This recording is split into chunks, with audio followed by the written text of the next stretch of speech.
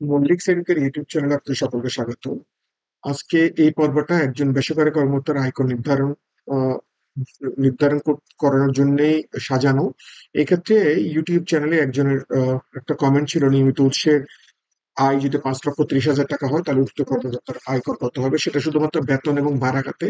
তো এইটা একটা ভিডিও আমি গতকালকে আপলোড করেছিলাম, আমার একটা অনাকাঙ্ক্ষিত ভুল হয়েছিল, এই জন্য আমি আসলে আন্তরিকভাবে দুঃখিত। আহ, এবং এই ভুলটা আসলে তাও ইউটিউব চ্যানেল থেকে দুইজন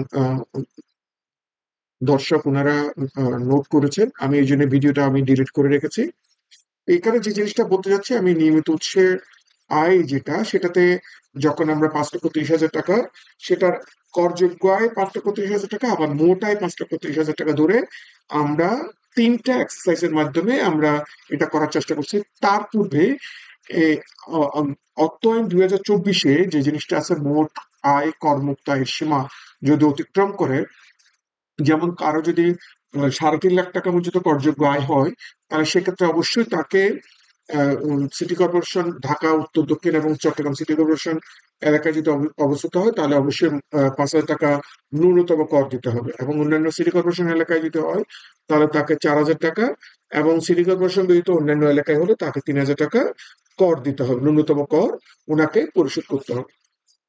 এখন আসি, যে আমরা তিনটা এক্সাম্পল করেছি। একটা হচ্ছে ট্যাক্সেবল ইনকাম 5,30,000 টাকা, সেটা শুধুমাত্র আমি বেতন খাতেই কনসিডার করেছি। আরেকটা হচ্ছে ট্যাক্সেবল ইনকাম 5,30,000 টাকা, যেখানে স্যালারি এবং রেন্ট নিয়ে আমি কনসিডার করেছি। আরেকটা হচ্ছে total income, not taxable income, total income 5,30,000 টাকা। তাহলে আমরা যদি দেখি, আমরা প্রথমটায় দেখি ট্যাক্সেবল ইনকাম 5,30,000 টাকা, তাহলে সেটা কি হয়। সেক্ষেত্রে আমরা বলার চেষ্টা করেছি 7,95,000 টাকা ওনার টোটাল ইনকাম। তো এখানে ইউটিউব চ্যানেলে একজন কমেন্ট করেছেন যে ওনার পিএফ আছে, আমি পিএফটা কনসিডার করিনি, আমি টোটাল ডাইরেক্ট বেতনটাই ধরেই কনসিডার করেছি। যদি পিএফ ধরি, তাহলে সেক্ষেত্রে আলাদাভাবে কনসিডার করতে হবে। এখানে কোনো আমি রিবেট ক্যালকুলেশন করি নাই, ধারা 78-এর কোনো অ্যাপ্লিকেশন নাই। সুতরাং ডাইরেক্টলি বেতনটা পেয়েছেন মোটাই, সেটা থেকে 3/1 অথবা 4.5 লাখ, যেটাতে কম হবে সেই জিনিসটা বাদ গেছে। তাহলে এখানে উনি টোটাল বেতন পেয়েছিলেন 7,95,000 টাকা, যেখান থেকে 3/1 লাখ 3,02,65,000 টাকা বাদ গেল। তখন উনার স্যালারি হচ্ছে 5,30,000 টাকা। মোট আয়, মোট করযোগ্য আয়, আর কোনো আয় নাই। তো সুতরাং এটার উপরে বেস করে আমার আয়কর নির্ধারণ করতে হবে 5,30,000 টাকা। তাহলে সেক্ষেত্রে প্রথম আমি ধরে নিচ্ছি উনি 65 বছরের নিচে, তাহলে ওনার এখানে কম্পিটিশন হবে, এটা আসলে 24-25। তাহলে এখানে প্রথম 3.5 লাখ টাকার উপরে হচ্ছে 0%, আর পরবর্তী 1 লাখ টাকার উপরে হচ্ছে 5%, তাহলে 5,000 টাকা। বাকি যে 80,000 টাকা থাকবে, তার উপরে হচ্ছে 8,000 টাকা। তাহলে মোট ওনাকে 13,000 টাকা পরিশোধ করতে হবে ট্যাক্স। তাহলে একটা জিনিস দেখি, এখানে কিন্তু উনি কোনো ইনভেস্টমেন্ট কনসিডার করি নাই বলে উনি কোনো রিবেট পান না।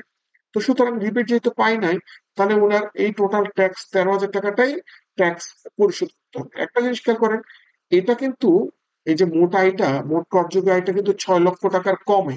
তো সুতরাং এখানে কিন্তু 6 লক্ষ টাকার কম হলে ধারা 154 অনুযায়ী যে ইন্টারেস্ট চার্জ করার কথা ছিল ধারা 162-তে, সেই জিনিসটা আর এখানে প্রযোজ্য হবে না।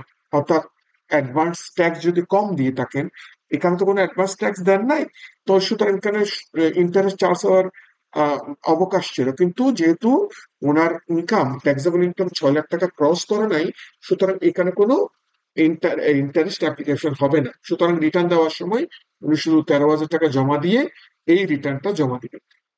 এটা শুধুমাত্র আমরা কনসিডার করেছি শুধু বেতন খাতে করযোগ্য আয় 5,30,000 টাকা ধরে নিয়েছি আমি। 7,95,000, এটা এখানে অ্যাপ্লাই হবে না।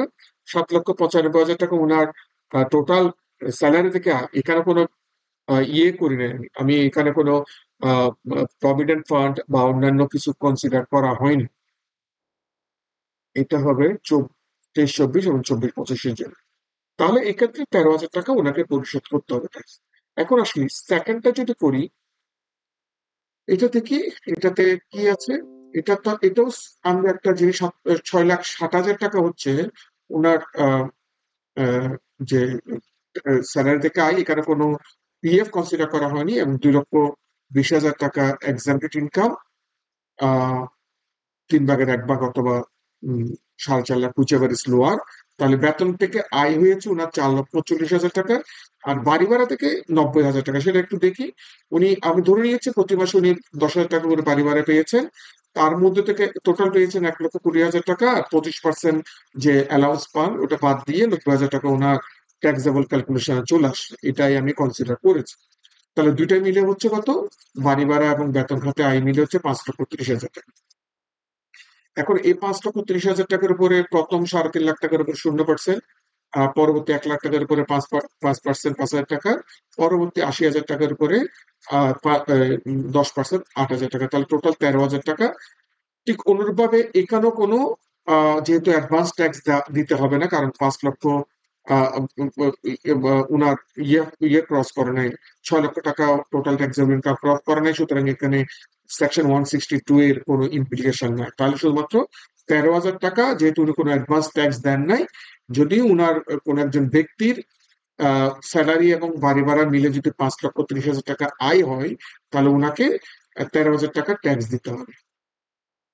অন্যভাবে আরেকটা যদি আমরা এক্সাম্পল দেখি, যেখানে মোট আয় হচ্ছে 5,30,000 টাকা মোট আয়, তাহলে সেখান থেকে এখানে কোনো পিএফ কনসিডার করা হয়নি, কিছু কনসিডার করা হয়নি। 1/3 অথবা 4.5 লাখ, হুইচেভার ইজ লোয়ার, তাহলে 1,76,667 টাকা বাদ যাবে।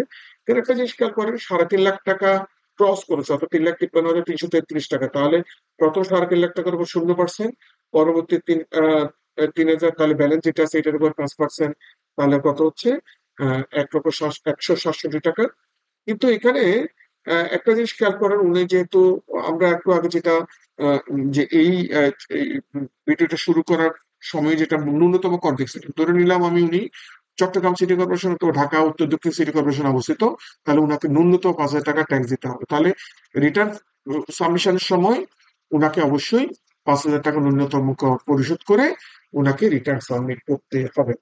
আর এখানে যেহেতু একটু আগে যেটা বলছিলাম, সেকশন 154 এর কোনো প্রযোজ্যতা এখানে নাই, যেহেতু এখানে 6 লাখ টাকা ওনার মোট ইনকাম, ট্যাক্সেবল ইনকাম ক্রস করে।